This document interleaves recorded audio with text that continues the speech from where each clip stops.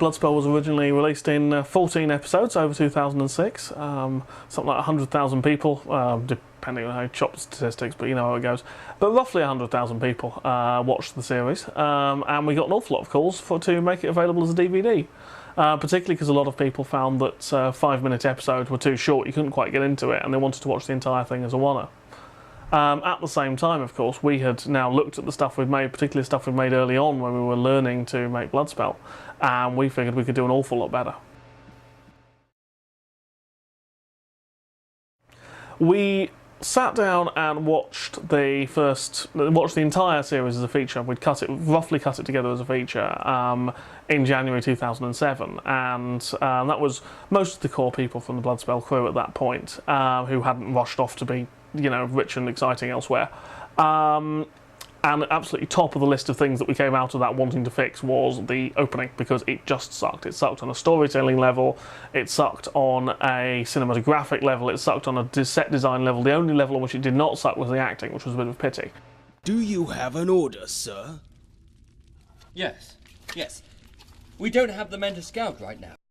The first scene with Jered fighting in the cellar was exactly as scripted, but we completely redesigned the set. We went out back onto the internet, looked for cooler stuff, experimented, produced 3 or 4 candidate sets, and finally narrowed down to the cave set that we used. At the same time, we redid some of the characters, and then reshot everything with myself and Ben Sanders, who is an amazing natural cinematographer, consulting on cinematography and putting together the lighting. By this point, we've figured out how to do 2- and 3-point lighting, and so the lighting is so much more sophisticated on that opening. Might be a trap. Other than that, we would have liked to recreate large chunks of the movie, obviously. There's as you can tell by Ridley Scott going back to Blade Runner like 25 years later, as he did recently, you know, there's the whole art is never completed, only abandoned thing. But basically after that, we just went through the movie and we did small tweaks. Individual shots, if you look between the series and the feature, you'll see that there are individual shots that we added in to change the pacing, the flow, to improve understanding of how something works. Like, for example, when the lights go out on the spire when the Master and Jered are facing off, we added an extra shot from above to just show that this is what's happened, that the lights have gone out.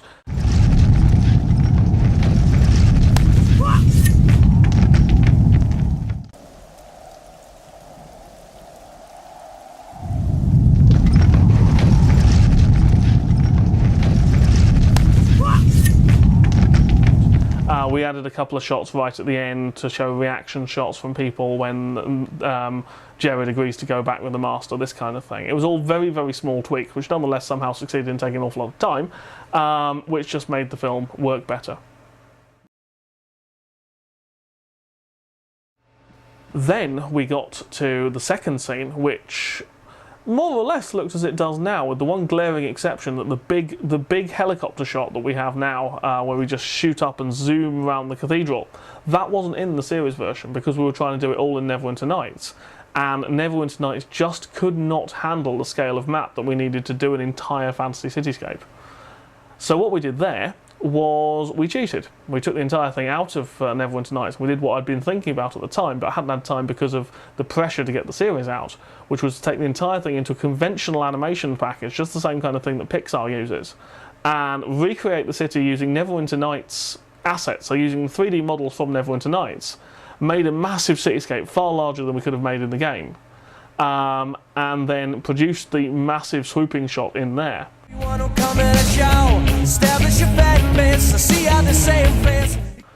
The cathedral in Neverwinter Nights was very roughly constructed by myself and Justin Hall, neither of whom are particularly trained texture artists or modelers. Justin's an animator and a very, very, very good one.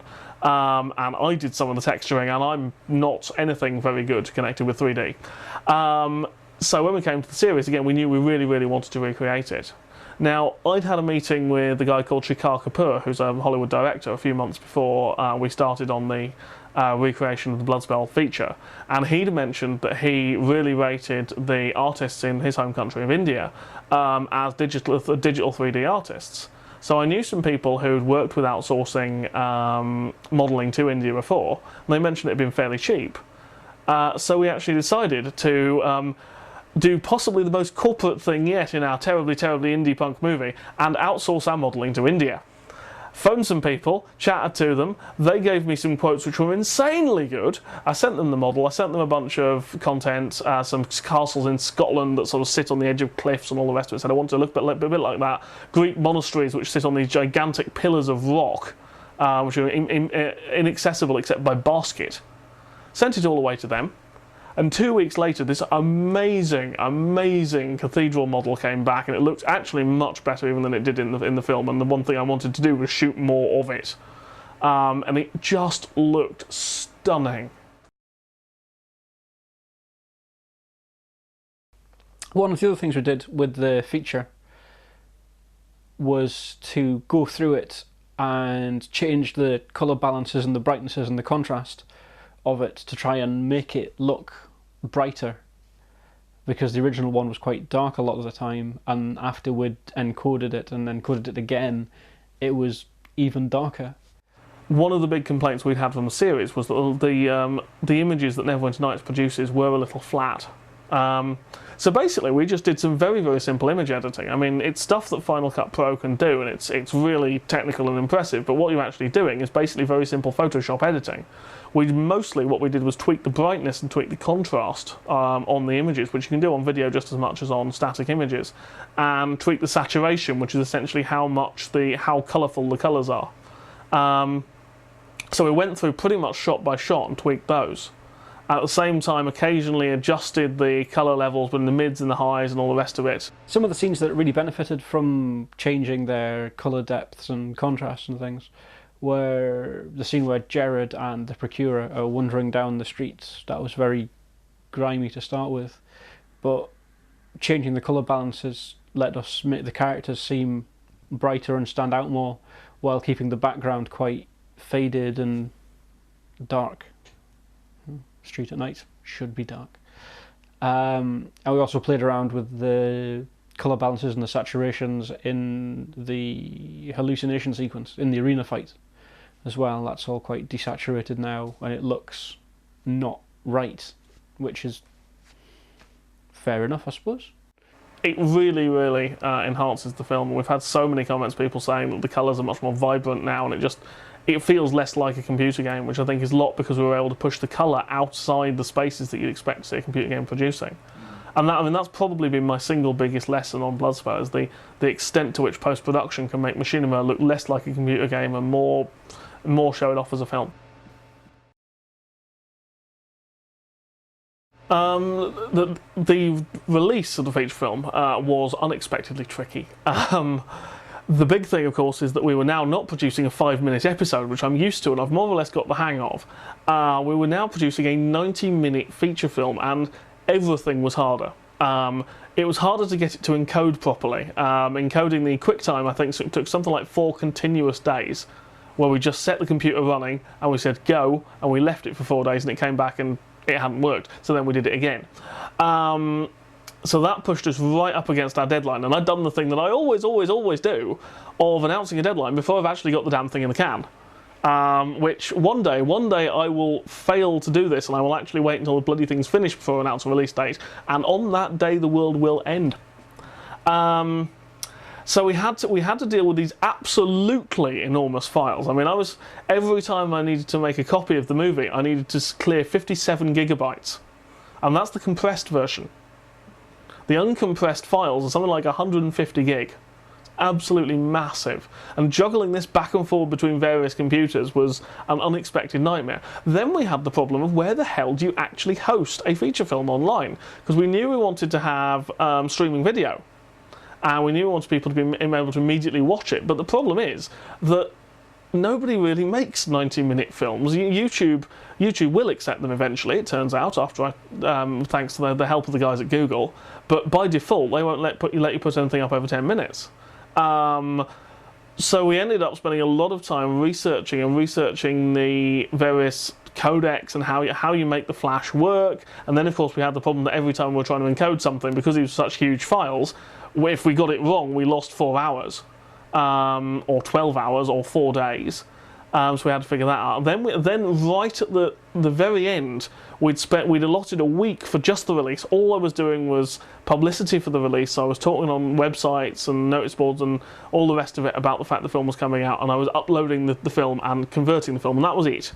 And so it got to the Saturday, and we were releasing on the Sunday, and I had barely finished the conversion, and then I suddenly started uploading and went, hang on a minute, this isn't going to take 20 minutes to upload like our 5-minute series. This is going to take like 14 hours to upload per file. And we're releasing in 24 hours. The rest of that day was something of a blur. In the end, we just managed to... We actually dropped one of the versions we were going to do because we figured out that no one watches the Windows Media version. Hi Microsoft, you suck.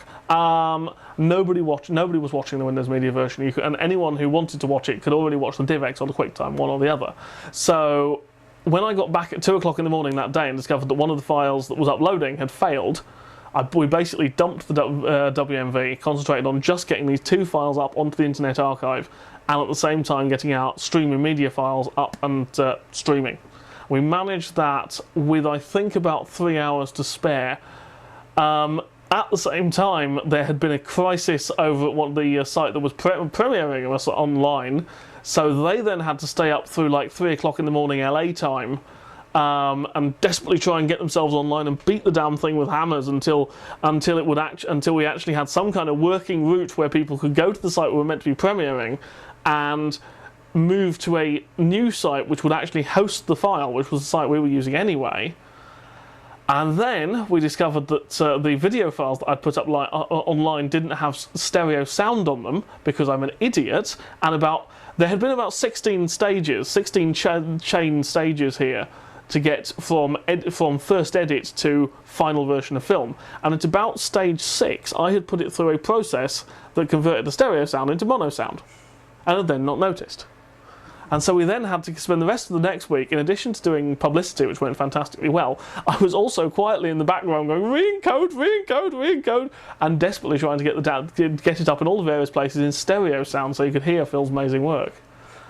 So on the whole, for a feature film, for a film release, that went pretty smooth.